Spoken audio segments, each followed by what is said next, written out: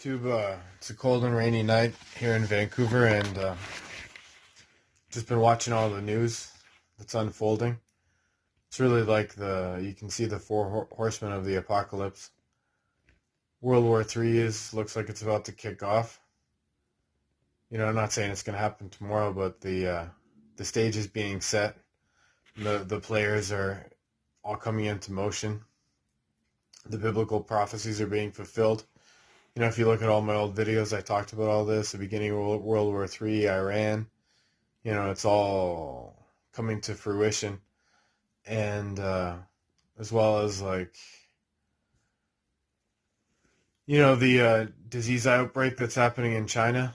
It's a coronavirus, something like SARS. And so they're pretty worried about that.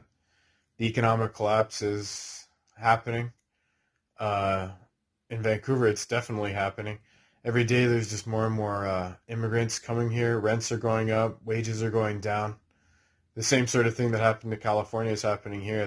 Canada's like the last refuge. It's getting harder and harder to survive here. The cost of living's going up. Food's going up. Gas is going up. It's on the surface, Vancouver looks like a really prosperous place, but most of the houses are just filled with multiple people, multiple families. I was living in a house that had 17 people in it. I've never seen anything like that, like in the United States. It's just like no space here. It has like the image of prosperity, but it just really segregated.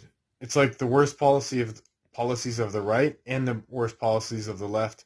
There's like the policies of the right that are causing all the division, super rich and super poor, as well as like the worst policies of the left, taking away the money from the middle class, a totally degenerate, like lower class people that are coddled, that are on drugs. I went to a market today, and it's literally like an open market, and it's all stolen stuff. They're selling like steaks, candies, tools that have been robbed off of construction sites. It's all just out in the open, and the police aren't even stopping it or anything. Just shows how corrupt and that Vancouver is. And I was walking around trying to film it, and then people started screaming at me that I wasn't allowed to film there. And I don't think they can really stop you from doing that, but it's a closed off area and a lot of crazy people, so I didn't really want any problems. But I might try and get a hidden camera and go back in there later. But pretty much Vancouver, it's starting to remind me more and more like Gotham City. I can see in the future there's going to be a huge crime wave, as the economy starts to collapse, just from the conditions that I've been talking about.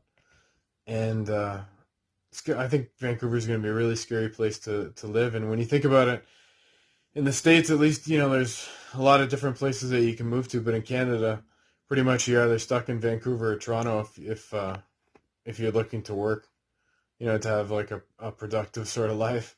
There aren't really a lot of options here. You really are stuck in the rat race here. So I don't know, just things I'm thinking about. Get a lot of time to think here in the cold. It's not so enjoyable to go outside at night here.